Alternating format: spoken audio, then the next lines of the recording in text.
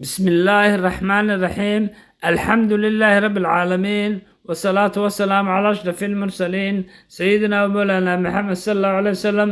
السلام عليكم ورحمة الله وبركاته.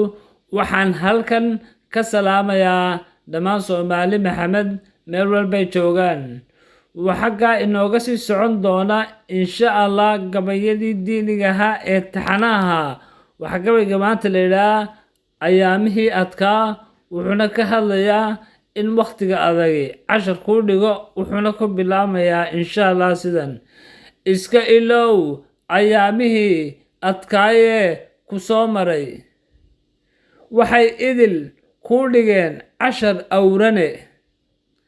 asal weeye waqtiga adagee ku soo maraa, ruuxdaaday arrimiyaan si aad u noqoto afkaar ruux leh aad u qiimo badane. waxa uur ku taallo ku gubay waa uun laylis iyo cashare. ustaad khabiir ah waxa adiga kaa yeela waa ayaamihii adkaaye.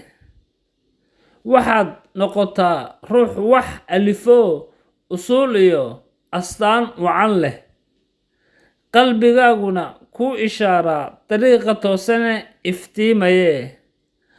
aqoon aan iskuulka ahay lagu dhigin ayaamaha adag ayaa ku bara kolkaad asluub ku darsatee. odhaahyo khayr leh uunbaa afkaaga ka soo baxa kolkaad asiibto wanaagee.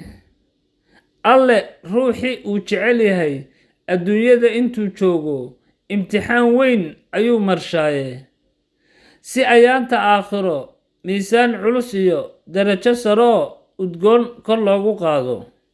iska ilow ayaamihii adkaayee ku soo maray, waxay idil kuu dhigeen cashar awrane. waad mahadsantiin dhammaantiin. waxaan leeyahay bal u fiirso sida waqtiga adagi kuugu dhigo cashar lama ilaawaana. insha allah walaalayaal, wasalaamu calaykum waraxmatullaahi wabarakaatu.